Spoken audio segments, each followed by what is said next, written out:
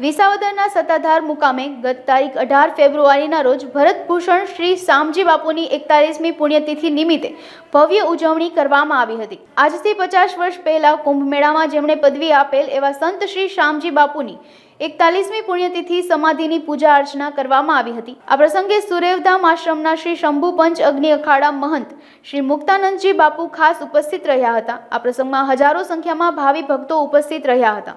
અમે પરમ પૂજ્યપાદ અમારા દાદા ગુરુ શ્રી શામજી બાપુનું 41મી નિર્વાણ તિથિના શુભ પ્રસંગ આ બધા વાલા ભક્તોને જય સિયારામ, રામ રામ, જય આપા। મોટા બાપુ એટલે અમારા દાદા ગુરુ શામજી બાપુની આજની તિથિમાં આ બધાને ખૂબ ભાવ પ્રેમ અને શ્રદ્ધાસુમન થાય એવી અમે બાપુને પ્રાર્થના કરીશું। બાપુએ એના સમયકાળમાં સત્તાધારમાં જે કંઈ શરીરથી યોગદાન આપ્યું, સેવા ધર્મથી કર્મનિષ્ઠ રહીને એ બાબત આજ સુધી ચાલી આવી છે, ગીગા બાપુથી લઈને યુવરાજ બાપુ સુધી। એમાં આ તો વિશેષ બાપુનું નિર્વાણ દિવસ છે।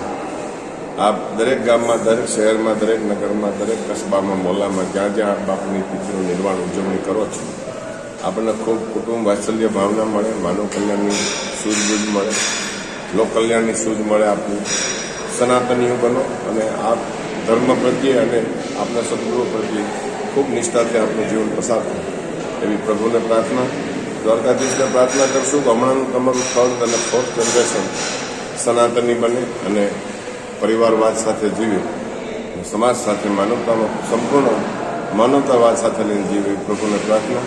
જય આપો।